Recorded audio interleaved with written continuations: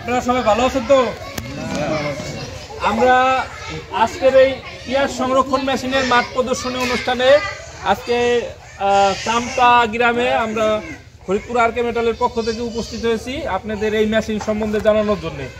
ঠিক আছে, আমরা যে মেশিনটা নিয়ে আজকে আপনাদের সামনে আলোচনা করব সেটা হলো পেঁয়াজ সংরক্ষণ মেশিন। মাঠকে মাঠ দেখলাম এই অঞ্চলে পেঁয়াজ হয়, পেঁয়াজ হয় না? বালিয়াকান্দির অনেক জায়গায় পেঁয়াজ অনেক পেঁয়াজ চাষ হয়।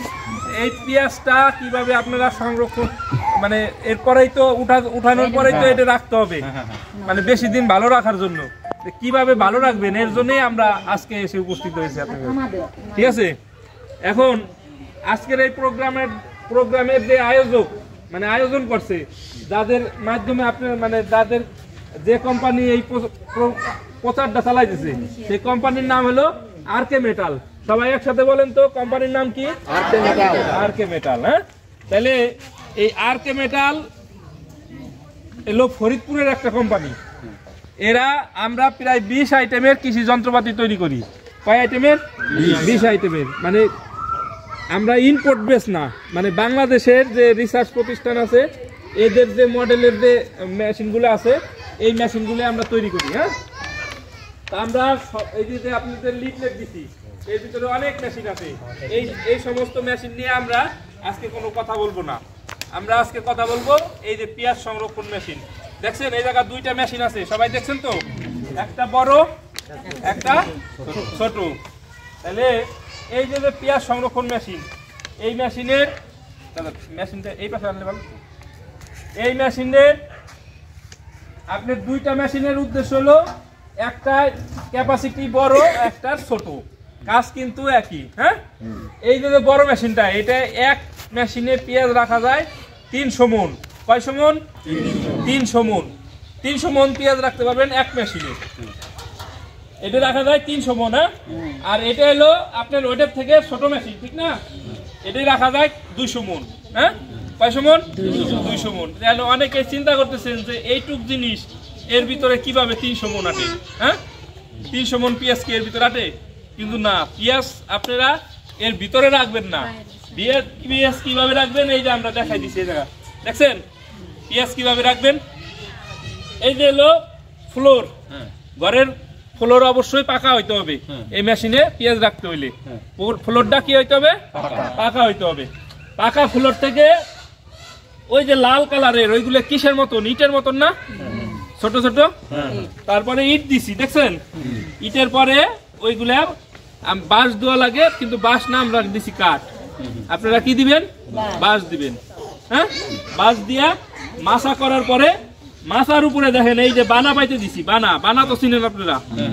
হ্যাঁ, প্রত্যেক ঘরে ঘরে পেঁয়াজের ওয়েট অনুযায়ী বানা বানাবেন। পেঁয়াজ যদি বেশি হয় তো তাহলে আমরা সেট আপটা তো বুঝলাম নাকি, কিভাবে এটা সেট আপ করতে হবে। কারণ এই জিনিসটা না আনলে আপনারা ভালো বুঝতেন না।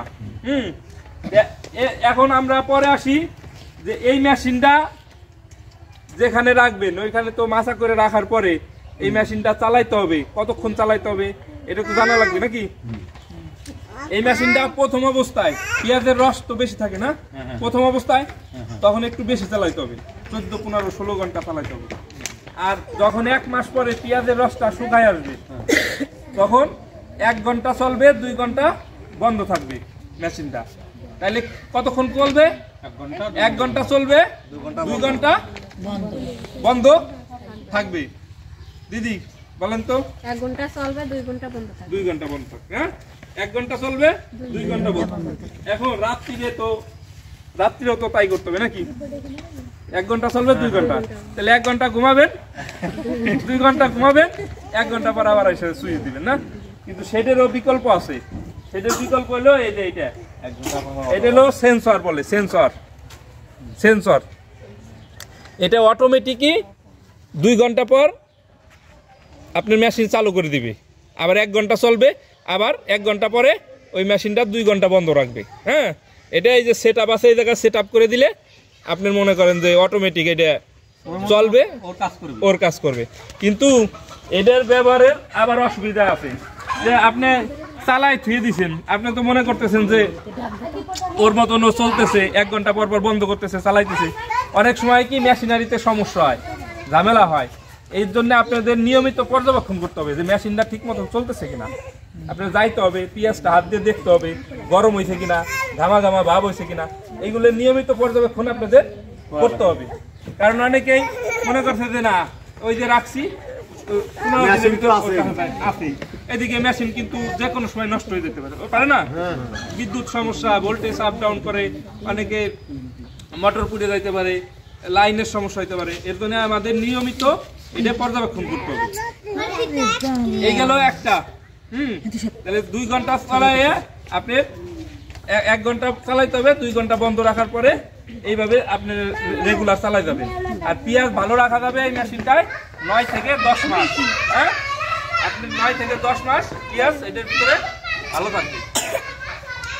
আর হলো একটা জিনিস, আপনার ঘরের মাপটা, মানে এই মেশিনটা কত বাই কত সাইজের ঘর হইলে সুন্দর হবে।